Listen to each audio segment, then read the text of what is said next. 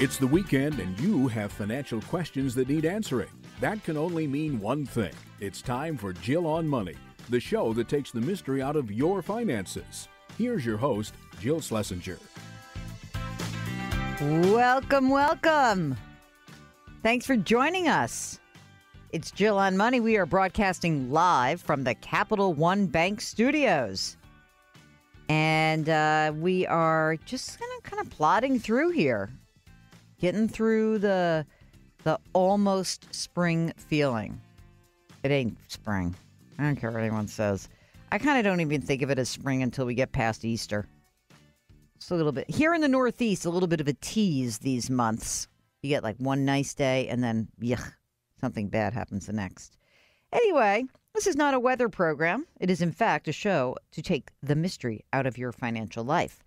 And that said, I know that a lot of you are knee-deep in tax season.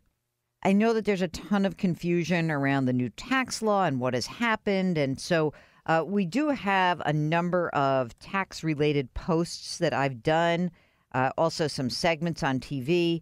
It's really important that you don't kick yourself for this particular tax season, but you should absolutely be sure to use this tax season as a guide for next year. Change your withholding, make different decisions, all those things really important. So if you have a tax-related question, you're plowing through your taxes, shoot us an email. Ask Jill at jillonmoney.com.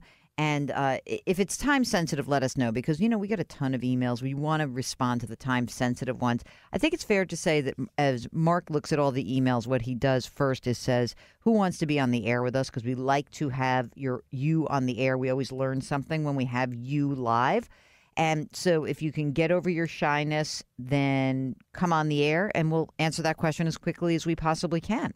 That is what Nancy did. She is calling from glorious Cape Cod. Nancy, welcome to the program. What can I do for you?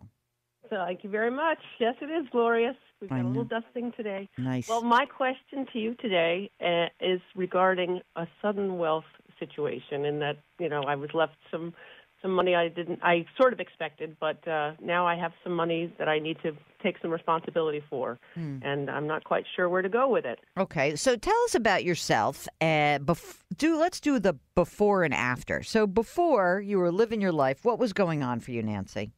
At the time, I was doing a contract job up in Boston at MGH and enjoying that, but that came to an end just about the same time as the issue that I've been dealing with a family inheritance issue had come to a close. Okay. So these things kind of happen in simultaneously. Are you a doctor? Or are you like what did you do at Mass General? No, I was HR. Okay, got it. Don't be like, oh, it's HR. Like, I mean, come on, you'd be proud of that profession. Darn it. I am. All right, there you go. You owned it. So how old are you? I am 58 years old. And before this sudden wealth, how much money did you need to live on, just ongoing basis to pay your bills, but also live your life? Yeah, I would say, probably $40,000 a year. That's I live in a home that I don't need to pay for with a very significant other. So I don't have a home expense at all. So it really is just my own living expense, car and that sort of thing. But pretty small. Okay, that's great. And you inherited how much money? It was about $2 million. Holy smokes. That's a game changer. And what did you have saved before that inheritance? Did you have any money in the bank or in a retirement account? Not that much, to be honest. Being on Cape Cod, we do 2 and 3 jobs at the same time, contract work, seasonal work, and, just kind of make things work. I don't have any debt or anything like that, so I can always keep my head above water, but I don't have anything saved up, and most of my work was sales-related, so I didn't have 401ks and the traditional things I hear your people talk about. Right. Okay. So now you got this $2 million that flowed to you. And so how did you approach it to begin with? What was your first step there? My first step was to make sure that I paid the taxes. Yes, very smart. By the way, just a little note here, because Even though the estate tax rule at the federal level was when was the death? When did that happen? Well, it was a long time ago. It was in 2000. It was 1999. Excuse me. All right. So from a federal estate tax level, what did you have to pay in taxes? Well, it was in conjunction with the sale. It wasn't just a straight out inheritance. I it was see. The sale of a piece of property. So, Okay. And it was the property located in California. Interesting. So when you got the $2 million, that was after tax? Yes. Okay. It's all after tax. Just FYI, of course, though, the weird thing about Massachusetts is the Massachusetts state death tax pops in at $1 million, I think, still. That's right. Really weird. Okay. So you get the $2 million. What do you do? Well, I want to be responsible. Yep. And I start looking for people who may be able to help me to manage it, thinking about things like getting a will in order and that kind of thing. Mm-hmm. I also took it upon myself to get extra personal liability insurance, so to kind of cover myself in case something were to happen and you know what I mean? Yep. So got that all covered? I tried to cover all the initial bases, and then it was time to try to find some financial talent. And in what I call it's sort of the financial industrial complex. That's awesome. I'd like to use that. Mark, keep that. I like that. The financial industrial complex. Beautiful. Yeah, so I thought fee only, or somebody who was going to manage things with a relatively low cost, but would get me, get my feet wet, that sort of thing. So Right. I found a very nice guy who had some fiduciary responsibilities, so that was good to me too. Right. And we contracted together, and he went on what I would call a shopping spree, just because I wasn't familiar with what to do with this money. I gave him, the permission to do what he planned to do, but I guess I didn't think it was going to happen all at once, Jill. So he spent all of the money that I had not spent, but, invested. Invested, yes. Yeah, invested, pardon me. Invested all the money that we had agreed, and I just felt a little bit uncomfortable because it was just so sudden. I think I would have been more comfortable with a dollar cost average kind of thing, like do it little by little. And I didn't think it needed to be said, but that's how we started. And I said, okay, I'll let this go. And it was just an unusual portfolio, and I started my investing career, as I call it, on the 3rd of January, 2018. Hold on a second. January 3rd, 2018. I'm just writing that down as my start date. And then, okay. So what I'm going to do is, Nancy, hang on the line, because we're going to go to a break, and we're going to come right back to you, because we've got all the background now. And this is a fascinating topic because there are so many. I mean, first of all, it's very weird to all of a sudden have wealth when you didn't, and you're living your beautiful life on Cape Cod and $40,000 a year. And then boom, this thing falls into your lap. And then you sound like you've done a lot of research, and you navigate the financial industrial complex.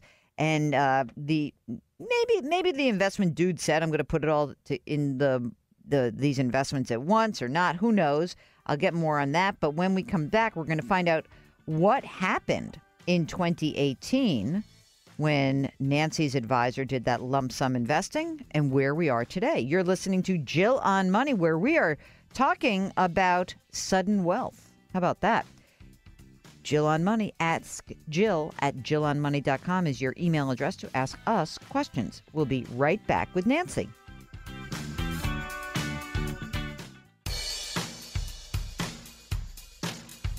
Follow Jill on Twitter and Instagram for more personal finance content. Just use the handle @JillOnMoney. Now, back to the show. You're back with Jill on Money. And if you're just joining us, let me reintroduce our fabulous caller, Nancy, who's calling from Cape Cod. And she inherited $2 million. I mean, that's huge. Just huge and life-changing. And so we are talking to Nancy about what she did. And Nancy, thanks again for sharing the story with us. So you find this investment advisor. As you said, you talk to him, and he's a CFP, or what? Is he credentialed in some way? Yeah, he was a chartered financial advisor, so he wasn't a CFP. It's like he has like that insurance designation that says he does planning. Right, So, and a fiduciary. And a fiduciary. So he Mm-hmm. gets the $2 million. He says, boom, and he puts it all to work. Kind of freaked you out a little bit, obviously. But that said, he puts it to work. What happened? You started in January of 2018. Hey, great timing, girl, right? You pick the first year, like the worst year of investing in about a decade. But what happened for you? What did he invest in? Well, it was an assortment of stuff that I didn't understand. And I've read your book, so now I know I really didn't understand everything that he had me involved in. And by the way, I didn't give him the entire sum. I kept quite a bit back. Oh, interesting. Oh, that's great. I gave him a little bit over half. Okay, got it. Yep. Because I didn't, So, but nonetheless, there was some Invesco, there was individual stocks. Really? That's why I say it was kind of like a bumpy GE. Oh, criminy. And so, he wasn't a bad guy, but I just don't know. I was not expecting that kind of a portfolio out of the gate, And I didn't know what questions to ask. That's really what I discovered. I thought I was doing my research and I thought I understood.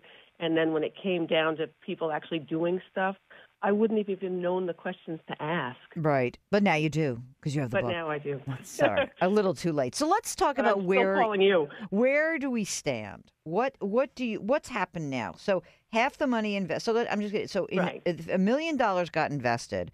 What do you have now? Now I'm down about 45 grand after this. All right. So we had a little recovery. So you were freaked out in December, I presume. Well, yes. Oh, yeah. So I made two changes. So the first guy got me going. Yep. I stayed with him until July. Okay. And then I decided that I would make a change to a CFP and like the guy who had done some writing on sudden wealth. Oh, okay. He unfortunately, for me, was in California. Oh. But we had a nice rapport and we could do things over the phone and that was fine until December. And then I kind of I had my doubts, and I'm watching, you think you can tolerate this stuff. And I say, okay, well, if I lose $100,000 this year, I'll be okay.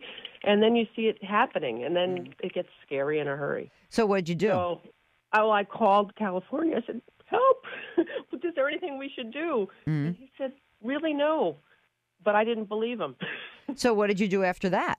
So after that, there was somebody here in Massachusetts who had done a class about early, retirement, whatever. So, and his whole thing was avoid risk.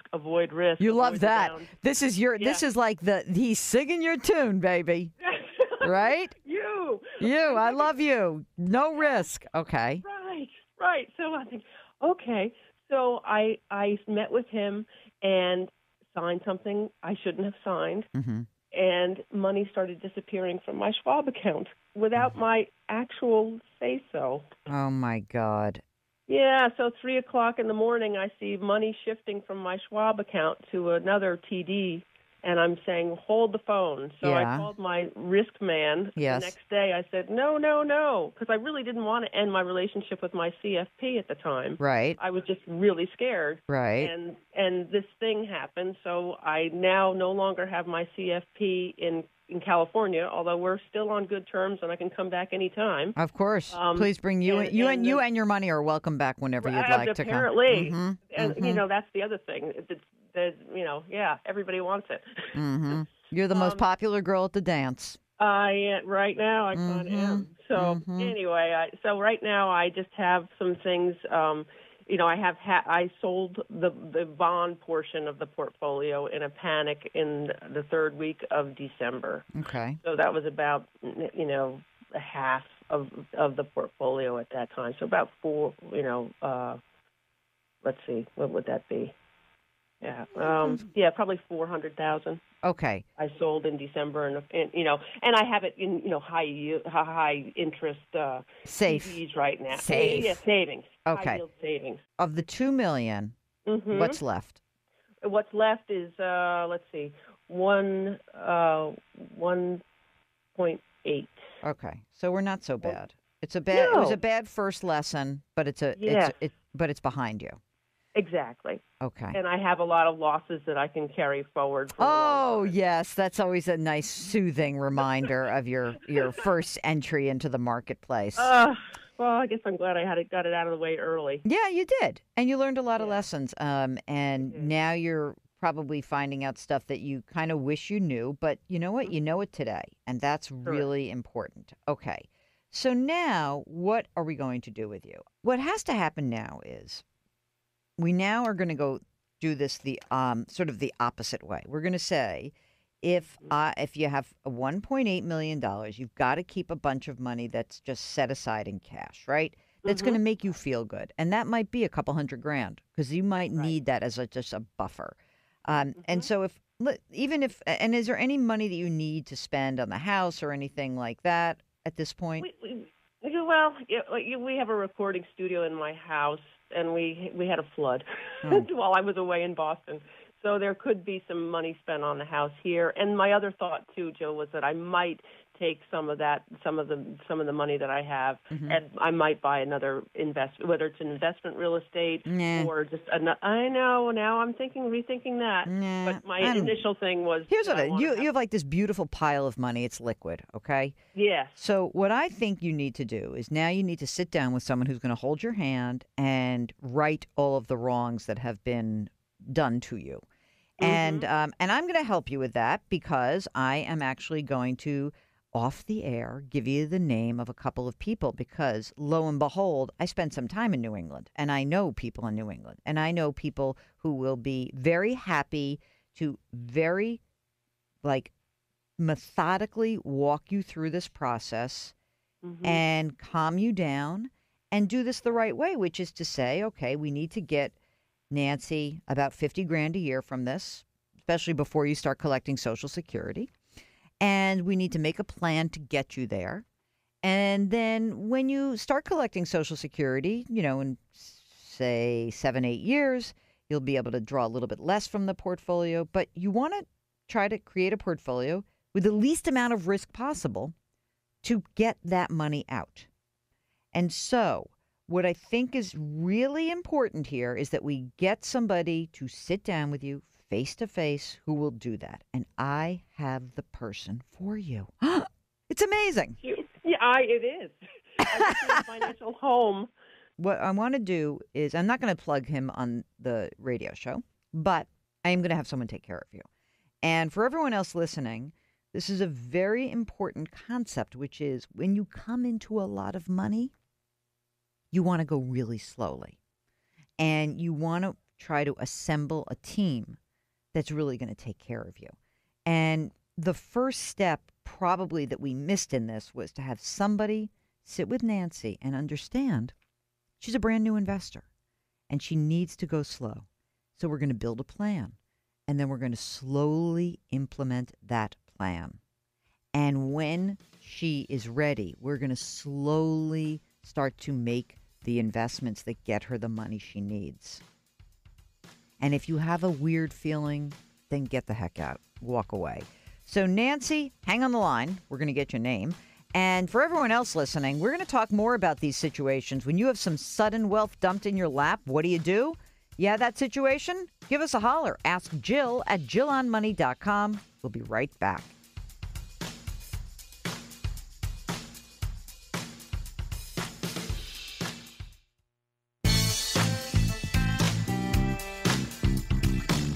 Back to Jill on Money, where Jill Schlesinger helps you take the mystery out of your finances. You're back with Jill on Money. If you've got a financial question, we would love to hear from you. Easy peasy to get in touch with us. You can hop onto the website, JillOnMoney.com. That is an incredibly easy way to get in touch with us. Click on the Contact Us button. Easy.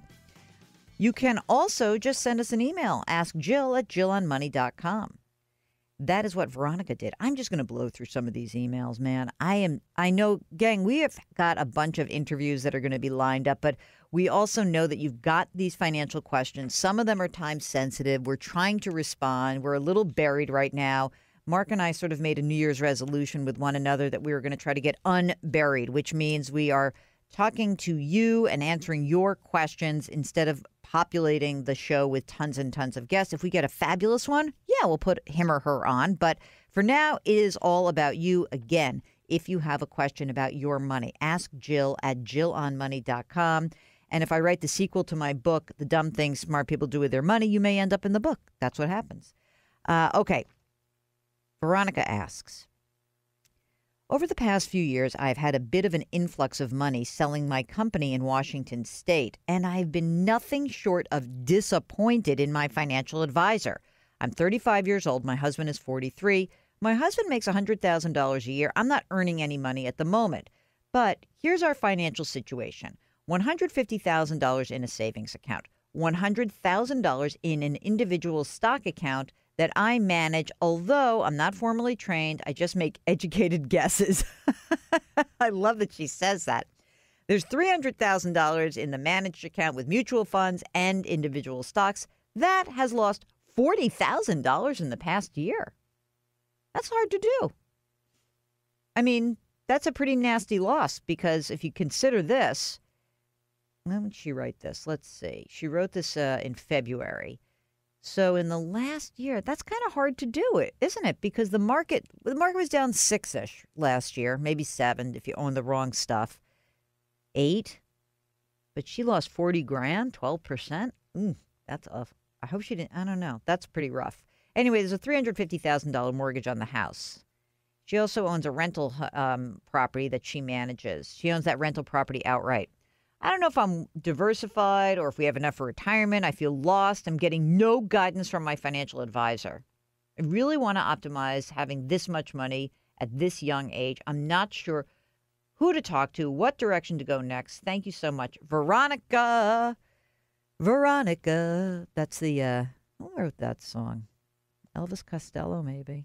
Anyway, Veronica, you don't have a financial advisor. You got a crappy broker. Agreed, Mark? You call that a cap? Yeah, I think that's a pretty crappy broker. Here's what you're going to do, Veronica. You need a real advisor, somebody who is going to put your best interests first, somebody who's going to do full financial planning with you. May I suggest that you hop on to the NAPFA website, napfa.org, napfa.org. Also, what I'm going to do is I'm going to ask a couple of friends of mine who they might know in the Seattle area, Washington State. I don't know if you're listening in what part of Washington State, but I'm going to find out if we can get some Washington State financial advisors who are really going to put your best interest first, who are going to do some financial planning for you. Let's reach out to some of our friends, Mark, and find out who on the West Coast we can chat with, because Veronica needs help. This is bad because, in many respects, it's sort of the worst of all worlds. Not only are you paying to have someone manage your account, probably more than you'd like to, and that person is not providing financial advice, but the guy's also doing crap for you and doing a bad job. So you would have been better off doing it yourself. So let's get some names for Veronica, okay, Mark? Lisa is going to be eligible for Social Security widow benefits in 1.5 years. She's working full-time. She wants to keep working till she's 70. My estimated benefit at that time is right around $1,200 a month. I do not expect my yearly income to be more than $30,000 or $32,000 between now and then. My husband was on Social Security disability. He was receiving about $996 a month when he died. I took 2 payouts from a retirement account, which is I think this is a state retirement benefit plan. She took 2 payouts 10 years ago, so she's facing the windfall elimination penalty, which no one happened to mention to her at the time. Oof. So she figures she would get about $100 a month from the widow benefit. When I spoke to Social Security a couple of years ago, they discouraged me from taking the widow's benefit. In fact, told me I would then not be eligible for my own higher 70-year-old rate and would be stuck with my husband's rate. I have very little in savings, $20,000. Help, I don't know what to do. I thought you could take the widow benefit and then switch to your own. I think you're going to have to call Social Security again. I think you try again because that doesn't seem right to me. I'm not sure why. It may have something to do with the windfall elimination. So I don't want to mess that up, but I would try calling Social Security one more time and see if you can do that. Here's a PS. She's got a small house with a mortgage payment and a balance of $109,000, no debts. And that's it. She says, I'm finding it impossible to get a different job right now. So, yeah, I mean, I would call Social Security and talk to them directly about that. I don't think that that's something you want to try to manage on your own. Okay. This is a note from Richard, who listens to us on Cairo. And he says, I'm a trust and estate attorney writing to disagree with your blanket screed condemnation of fixed index annuities on the show. Annuities should be off limits almost always, but there are fixed annuity and fixed index annuities that are no commission, modest restrictions. Yeah, that's great. I love it. If you have, I agree. If you can get a fixed income annuity with no commission and modest restrictions on penalty-free withdrawals and no risk of decrease in value, if you can get all of that from somebody, great. But my experience is, Rick, that unfortunately is that is not what's usually sold. So if you can find that and you're working with a fee-only advisor who is going to help you get that kind of product, great. But otherwise, I mean, I'm not that into them. So I go with the low-hanging fruit, which is mostly avoid them. But thank you for your comments, and I appreciate it. You're listening to Jill on Money. If you've listened, if you have any questions, send us an email. Hop onto the website during the break, jillonmoney.com. You can sign up for our free weekly newsletter. We'll be right back.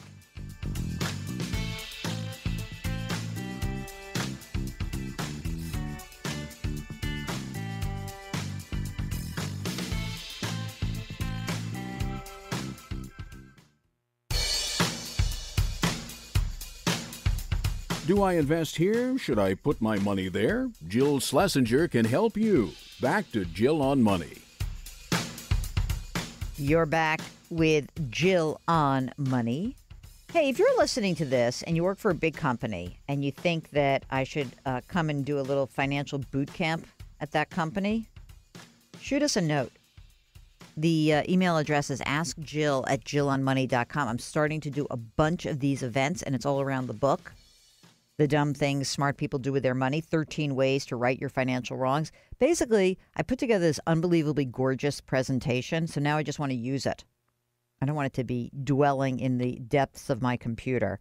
So no matter where you are, send us a note. If you've got a nice big group, you know, I'm not coming for 10 people. Let's be honest. I'm not getting on a plane for 10 people. But you got 100, 200 people who want a little boot camp, want a little financial kick in the tush, a little help there.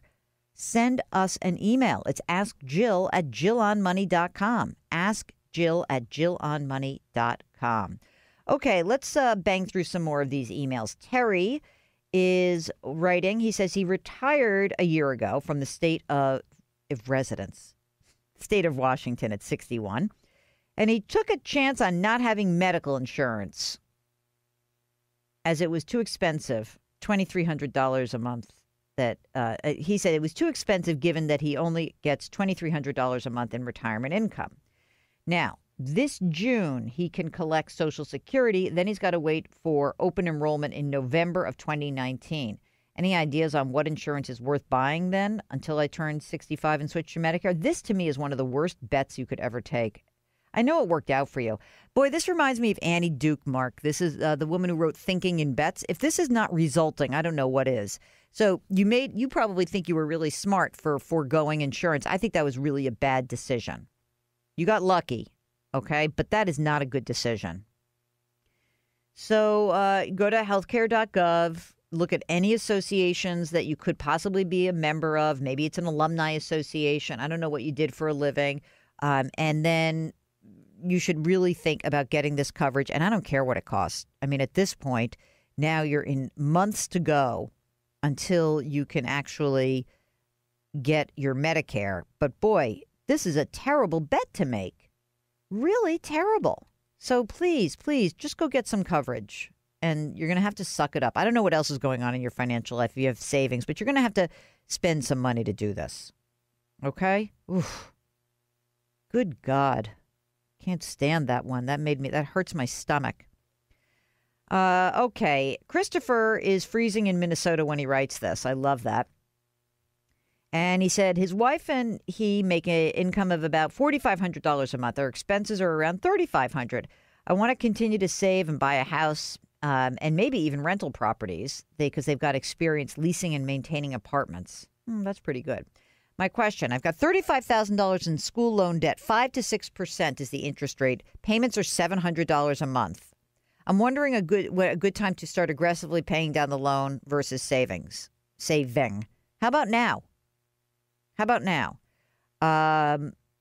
So he's got a way, he says, I'm constantly getting school loan consolidation offers that are somewhere between 2.5% and 4%. I mean, you could look at it. There's no doubt. There's plenty of ways to consolidate.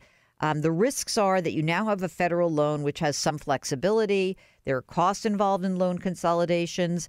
You could maybe make this go from, having a student loan that might have some benefits down the line. I don't know, maybe just pay it down. I'm sort of thinking that now's the time to pay it down. You've got the cash flow. You can always buy a property, and I don't know how much money you have in the bank right now.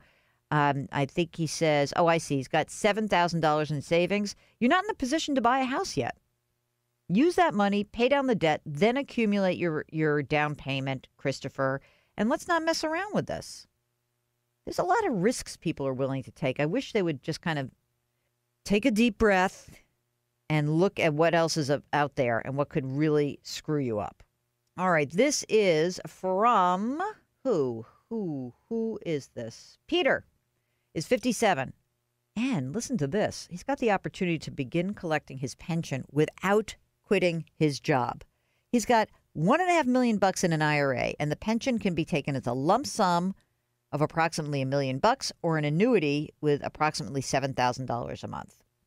What's the best way to take advantage of this opportunity? I'll tell you the best way. How about taking some money and paying somebody for financial advice to run a scenario of what your retirement looks like? Unless you want to do it yourself. But what you need to look at right now is, number one, how much money you have. Number two, how much do you need? How long is it going to last?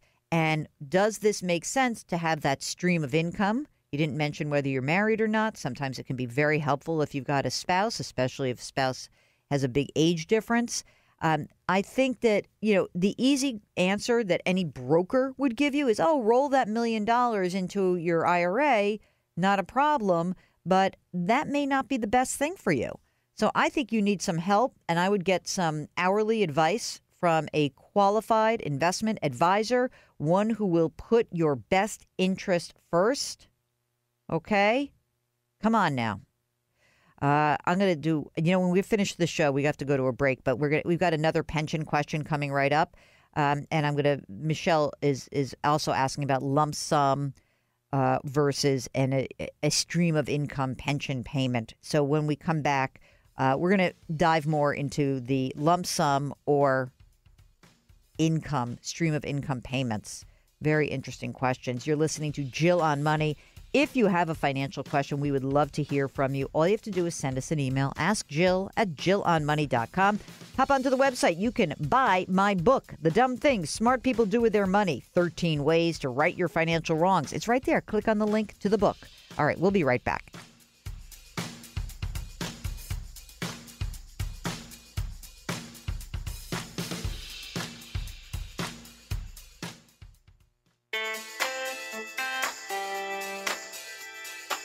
You're back with Jill on Money.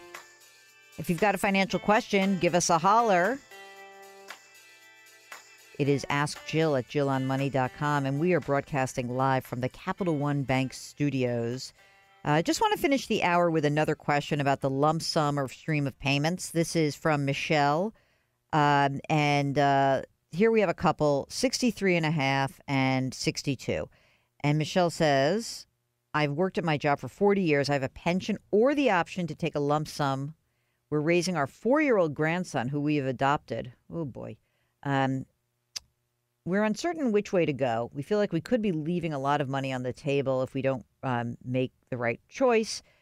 They've got $450,000 in a 401k. Lump sum would be $530,000. They're looking for about an additional $35,400 a year out of their funds to continue their lifestyle.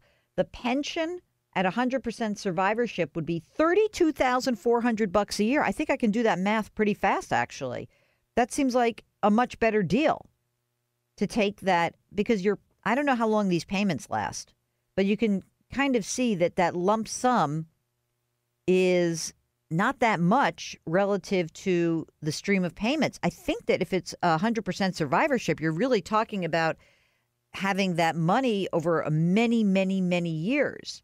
So I get that it's a little bit light. You need a few $1,000s more, but I am inclined to have you really sit down and look hard at those needs. And if you do need more money, maybe you guys work some combination of some part-time work and get that money differential, because the lump sum isn't that much. $530,000. I don't know. It does not seem like $530,000 versus $32,000 a year. Just doesn't sound like the math is the right way to do a lump sum. Now, you can talk to a financial planner, a certified financial planner, or someone who is a fee-only planner to run these numbers for you. I would be very careful. Don't make the election before you talk to somebody, but please run these numbers. It doesn't look like the lump sum's a great deal. Okay, if you've got a question, lump sum, stream of income, taxes, education, retirement, anything like that, give us a holler. Just go to JillOnMoney.com, click on the Contact Us button. We'll be right back.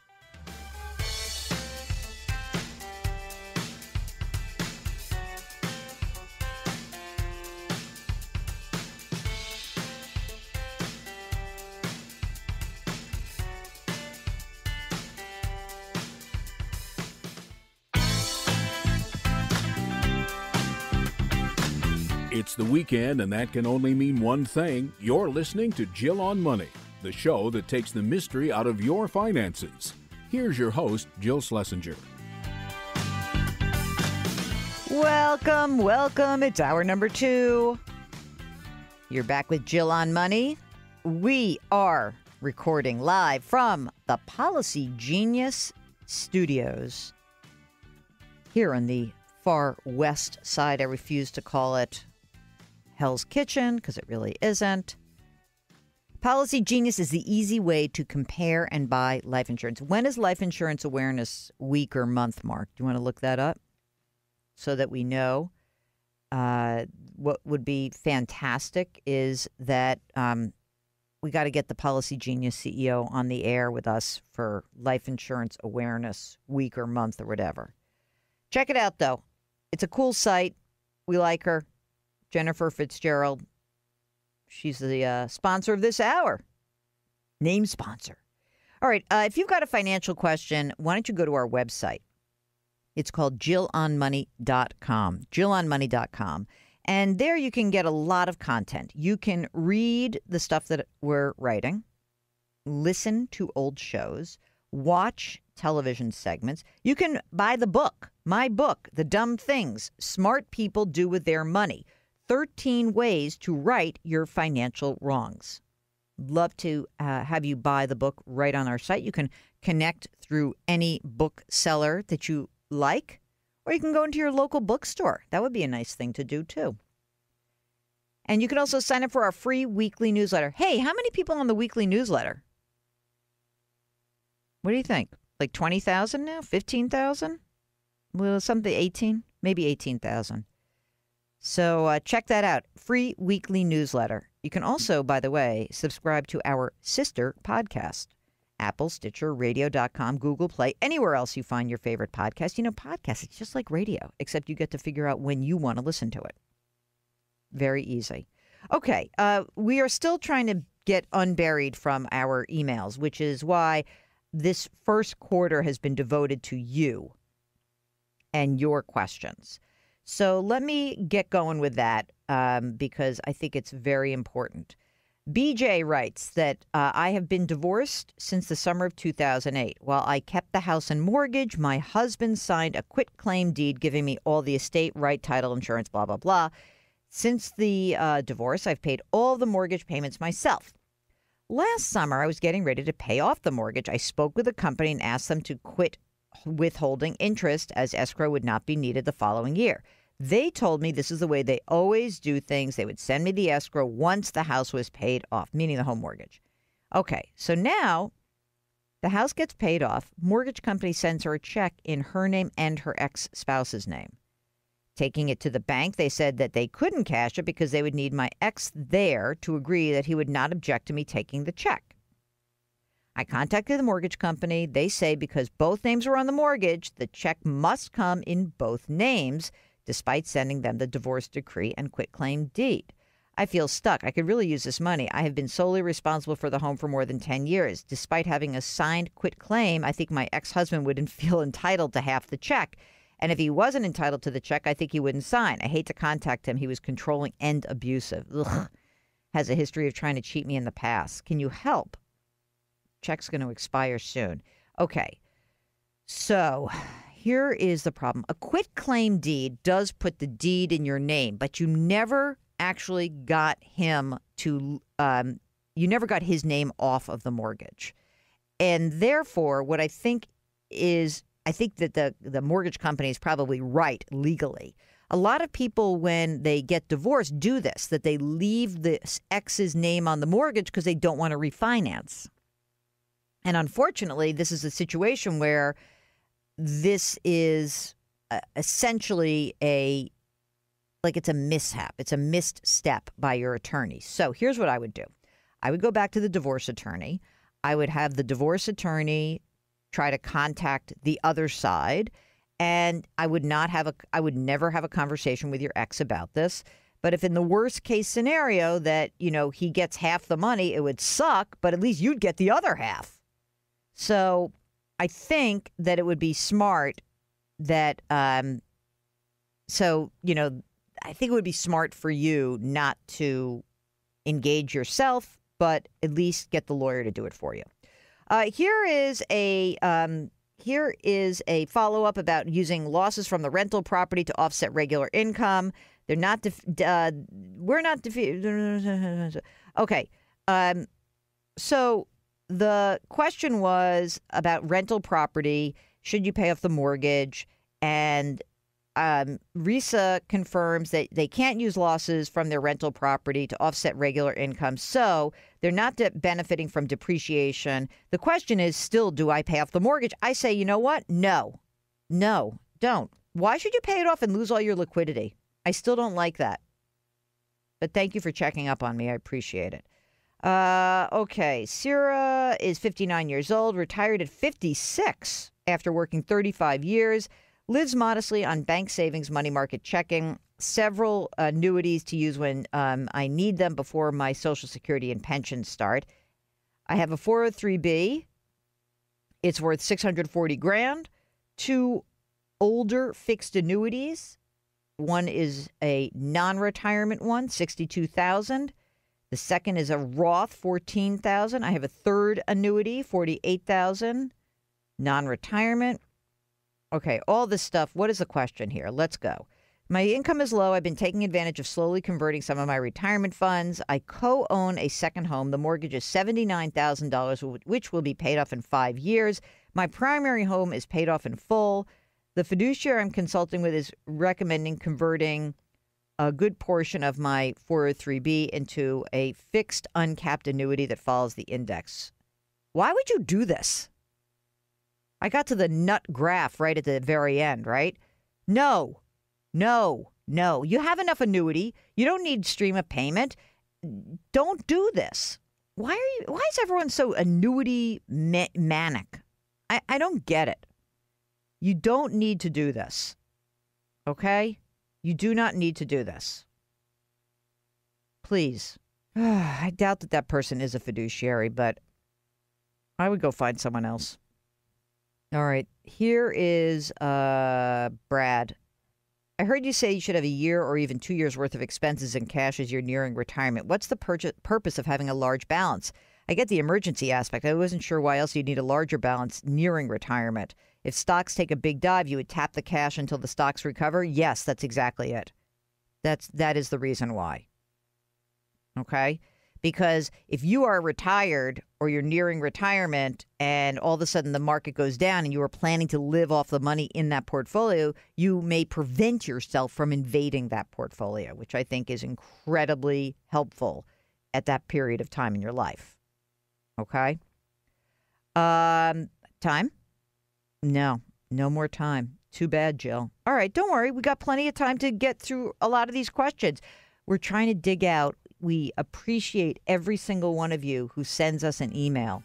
And don't think that I don't take that seriously, which is why I'm blowing off all these guests to plow through these emails. You are listening to Jill on Money. If you've got a financial question, we want to hear from you. Ask Jill at jillonmoney.com. We will be right back.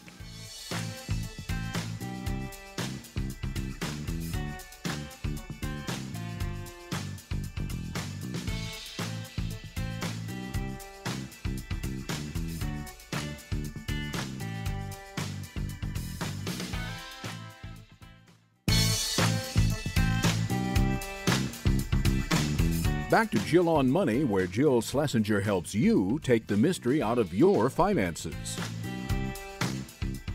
You're back with Jill on Money. You know, every so often we get a question that just makes me insane. And here is one, because this is one that just, it hurts me to actually even have to deal this. This is from TS. Dear Jill, we are about to retire at age 66 and 67. A year ago, we went to a CFP for a financial plan. We paid $1,800 for it. During the process, we shared information. I asked at least 3 times if they could only advise and recommend their specific funds. The advisor referred me to later discussions or changed the topic. It made me suspicious eventually. They wrote a beautiful 125-page plan assuring us we were well prepared.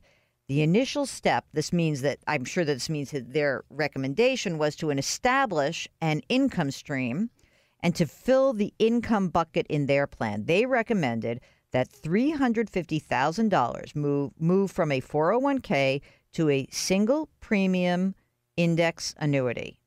Or, I don't know, wait a second, single premium immediate annuity. Sorry about that. That's the, I just want to make sure I got that. Right? Okay, there we go. That is the kind of annuity where you put a bunch of money in and the insurance company then immediately starts the clock and starts pumping out income to you. Okay, so the plan was that you put the money, this $350,000 into the annuity, which was, which for 7 years would pay out and would allow us to delay taking Social Security so that we could get that 8% increase every year. Okay.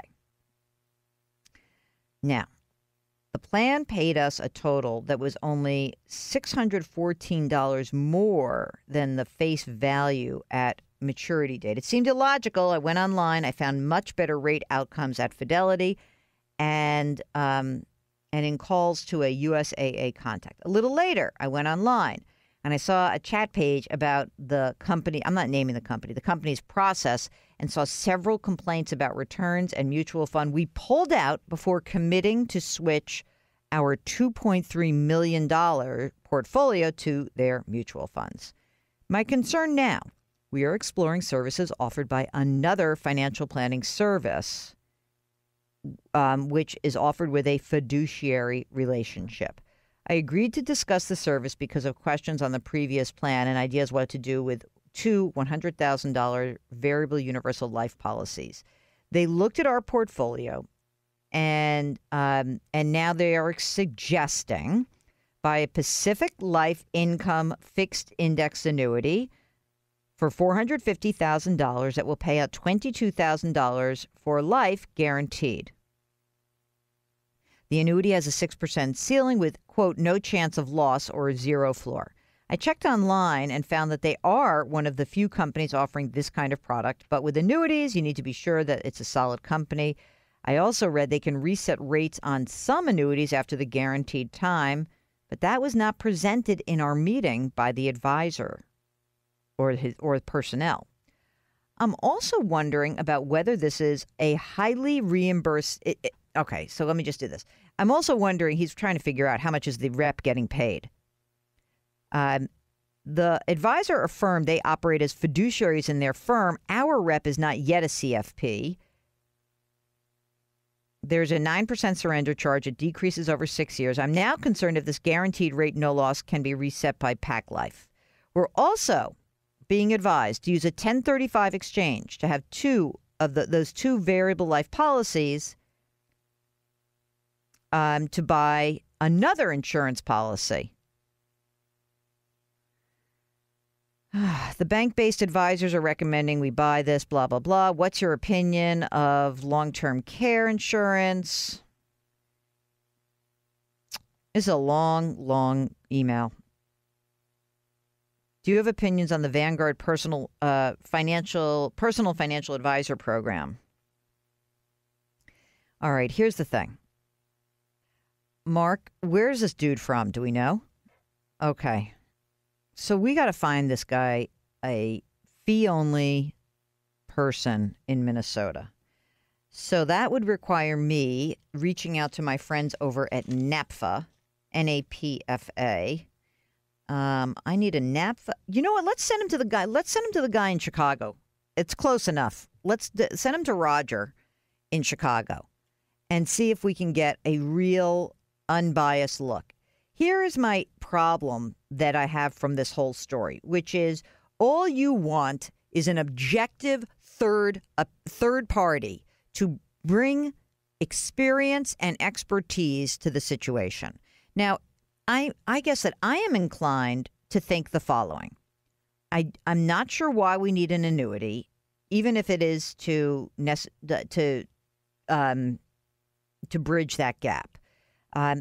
It may be that you really don't need the annuity. You know what you can also do? Send them to Gary in New York just to talk on the phone with us. I think that the problem that I'm seeing here is there's a lot of insurance products, but and you're right, those insurance products definitely pay out a big commission. So I think you would be better off just paying for advice. And there are people who will just charge you for advice. And so what you may find is that I don't know if you need to 1035 these other policies. Maybe just keep them, because once you start with a new policy, number one, you start surrender charges again, and number two, you have a whole nother set of fees. And I don't know if you need long-term care. I mean, I don't know. I think that, like, if you have a long-term care policy and it's offered, they have a current long-term care policy through Hancock. There's no reason why to get rid of that. John Hancock has been one of the few programs that has remained pretty stable. I don't know why. I just feel like, don't you get the sense? You smell this from way far away. Like, there's a lot of insurance being talked about, not a lot of smart planning. So this is what we're going to do. We are going to send you some names of people. One's going to be a New York-based dude. He's actually been on the show. His name is Gary Shatsky. He's a past president of the National Association of Personal Financial Advisors.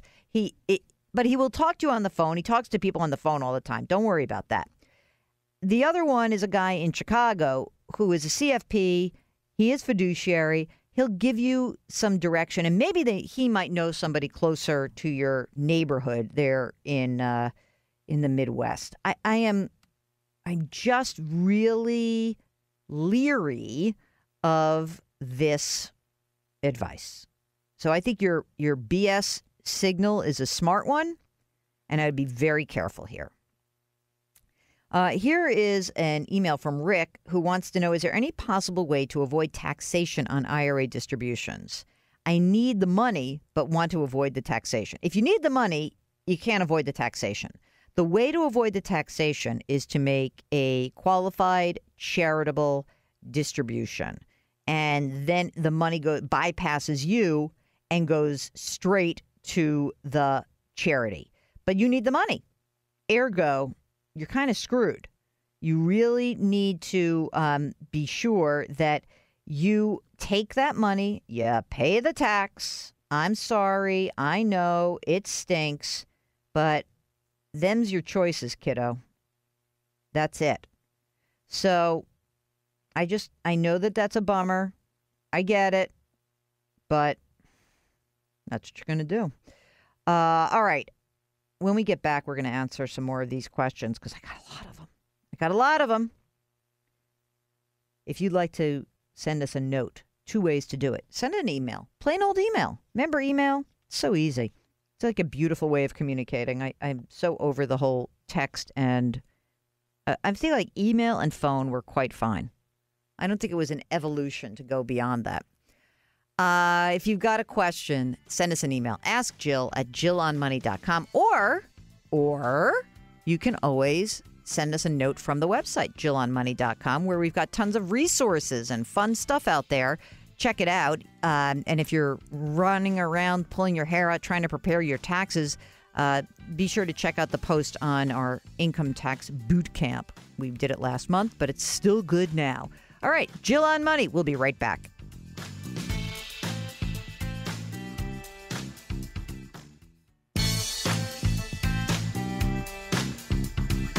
(401ks, IRAs, refinancing, she covers it all. Back to Jill on Money with Jill Schlesinger.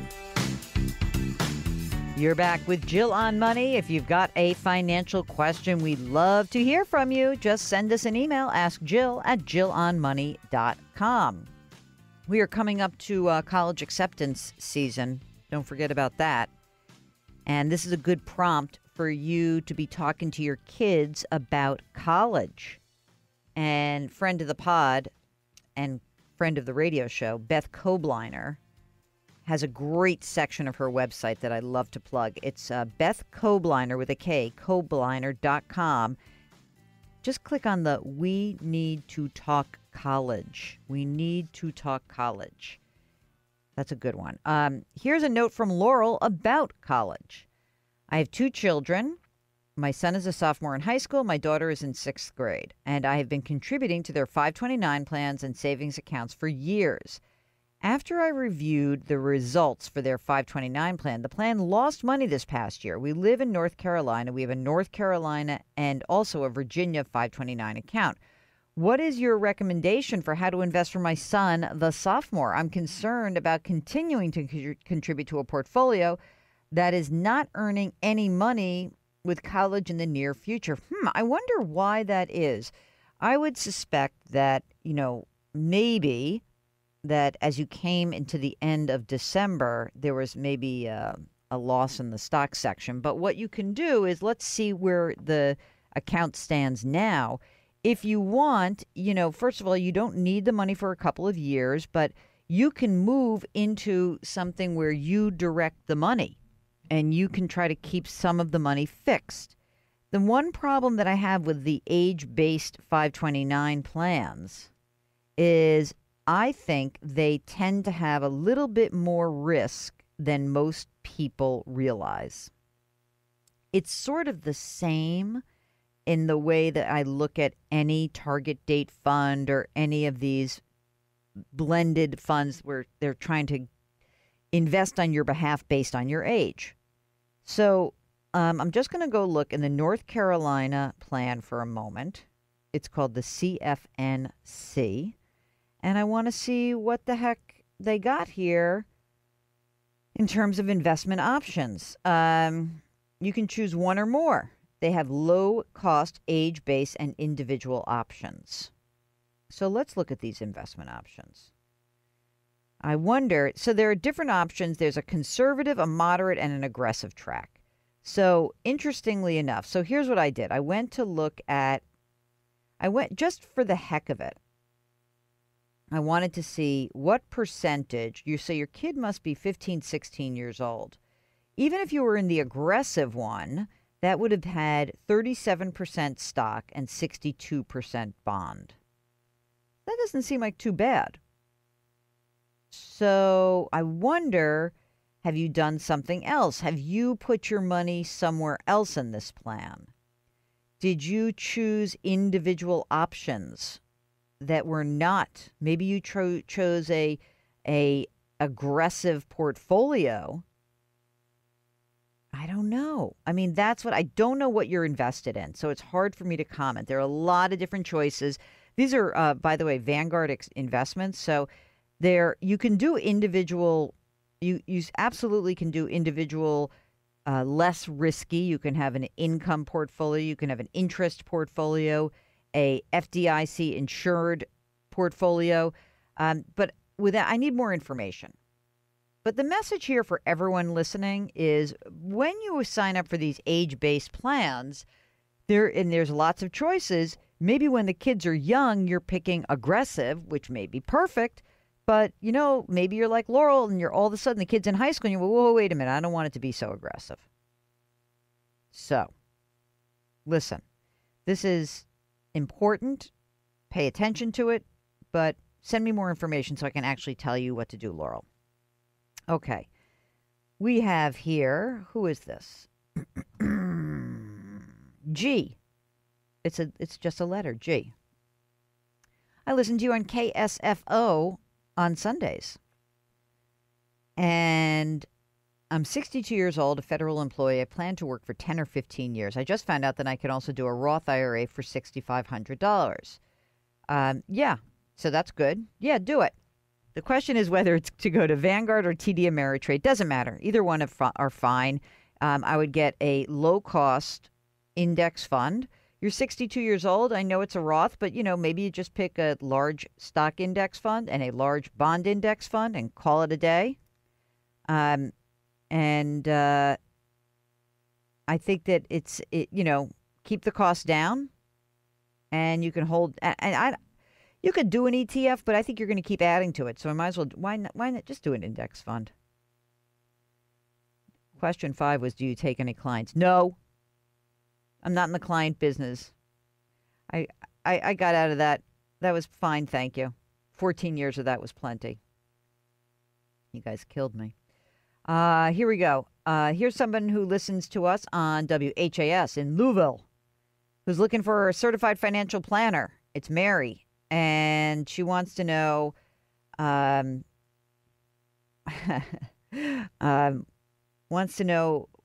investing in real estate. She wants somebody who is knowledgeable about an experience working with real estate investors. So funny.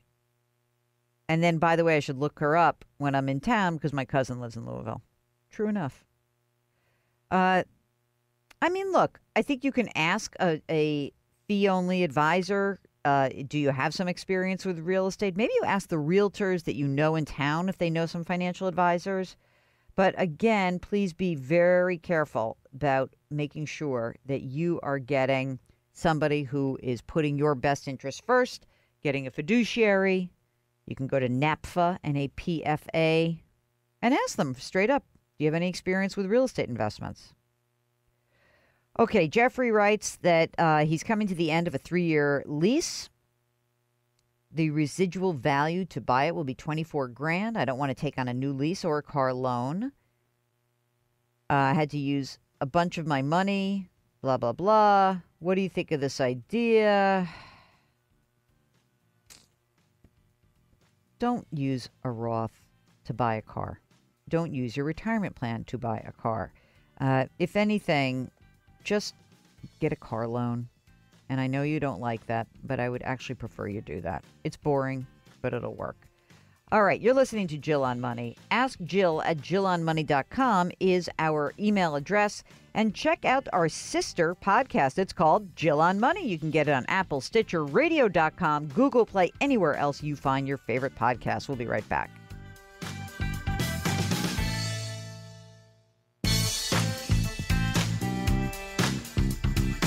401ks, IRAs, refinancing, she covers it all. Back to Jill on Money with Jill Schlesinger. You're back with Jill on Money. If you've got a financial question, boy, this is the program for you. Woohoo! Give us a holler. 2 different ways. You can hop onto the website, JillOnMoney.com, and there you can read, listen, watch, sign up for our free weekly newsletter. You can also buy the book. I am going to hawk this book for the rest of my life. There may only be one book in me, ladies and gentlemen, and therefore I don't know, if like you buy enough of them, then perhaps I'll be able to write another one. But it was so painful and exhausting to do it that I'm not sure I got another book in me. But if you guys demand it, I will make it happen. The way that you can demand it is just by buying the book as is right now. The Dumb Things Smart People Do With Their Money, 13 Ways to Right Your Financial Wrongs. It is available at any of your booksellers or at JillOnMoney.com. Okay, here we go from Deborah. Subject, switching financial advisors. This is interesting. I've got about $1.5 million. It's split between two financial advisors, $900 at one, $600 at the other. I'm looking to go all in with one because I'm losing confidence with the other. The one I'm leaving has my account invested at higher risk than I am comfortable with now that I have retired. My issue, how to accomplish this transaction without having to explain the investment strategy of the other advisor. I've been with a Merrill Lynch advisor for about 10 years or so, and with a Schwab advisor for about 4 years. And I feel that my Merrill Lynch account is invested way too heavily in stocks, 80-20 for my age. I'm 62. Anyway, I've had the Merrill Lynch account analyzed by the Schwab guys. They feel the same way. Would it be good for me to have an impartial analysis done by yet a third party? How do I go about that without having the person try to persuade me to invest with them? Okay, so if you want a third party, what you could do is you could hire somebody by the hour to actually look at both of these accounts. And you can say, be upfront, I want to pay you by the hour to do an analysis of these two accounts. And it might cost a couple $1,000, and they'll give you an honest appraisal. Just make sure that person is a fiduciary, meaning they've got to put your best interest first. And if you can pay them by the hour, then they get compensated for their time. And you could say, I am staying with one of these two people. However, I just have this sense that you already know the answer. And I'm not sure that you need a third party. So the reality is that unless have you talked to your Merrill Lynch advisor about downgrading the risk? If so, and they haven't responded, that's bad.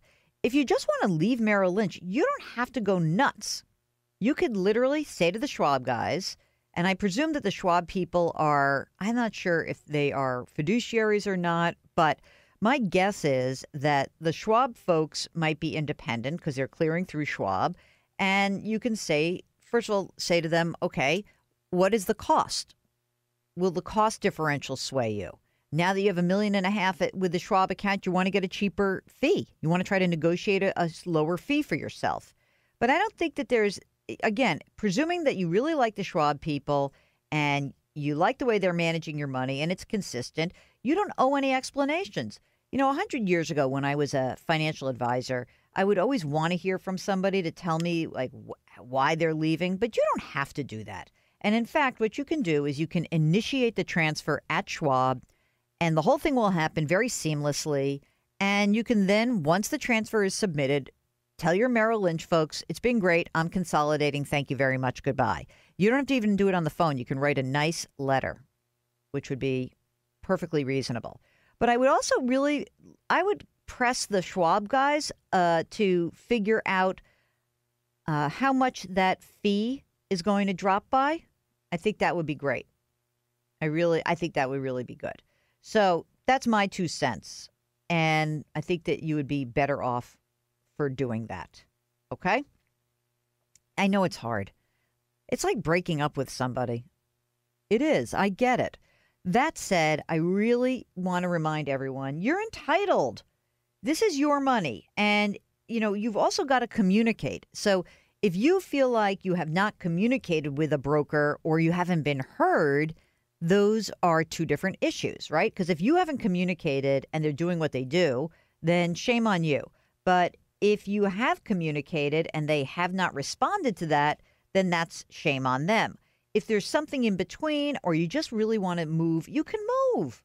Don't worry. It's going to be fine. I would really want to encourage people that having open dialogues, good financial planners really want to hear from you and want to have open, honest dialogue. And if you can do that, you're going to have a richer and probably more successful relationship. But if you expect people, it's just like with your spouse. If you expect your spouse to read your mind, even though Mark totally expects that of me, and I'm not even his spouse, I'm just his work spouse, but he does kind of read my mind. If you expect that, it's going to probably not end up so great. So I think that in your case, it would behoove you to try to communicate if you haven't. But if you just want to move. Don't worry about it. You are entitled, okay? You are absolutely entitled. And I don't even think you think she needs a third opinion? I don't think so. I think just go. But again, before you go, find out from the Schwab, can you reduce my fees? Because I'll have more money with you. I'd be interested to hear what they're charging you. I bet you're going to pay less than what you're paying at Merrill Lynch also, with all due respect to my friends over at Merrill Lynch. Bank of America Merrill Lynch. BAML, as they call themselves. All right. It's Jill on Money. Would you like to get on the air with us? Send us an email. Ask Jill at JillOnMoney.com. And by the way, subscribe to our podcast. It's called Jill on Money. You can get it on Apple, Stitcher, Radio.com, Google Play, anywhere else you find your favorite podcast. Jill on Money, the podcast. All right, we'll be right back.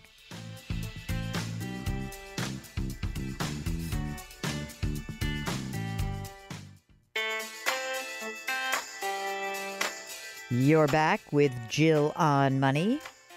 If you have a question, just shoot us a note. It's askjill at jillonmoney.com because we field them all right here in the Policy Genius studios. Policy Genius is the easy way to compare and buy life insurance. All right, Mark, get ready. Here's from a listener who happens to work at 60 Minutes, by the way, who has some ideas. So let's see if everyone's going to... Let's try to see which ones you all think we should do. So write in if you like any of these ideas. Thanks for taking the time to consider this. Here are some ideas. And since I've listened to so many free episodes, I probably should do something in return. Okay, you ready? Here's one idea. Can a life insurance salesperson who is also a CFP truly be a fiduciary? That's one question. If one spouse is 8 to 10 years older than the other, but they retire at the same time, so the older one isn't home watching, let's make a deal for 8 years while the younger one keeps working, what advice can you give the younger spouse?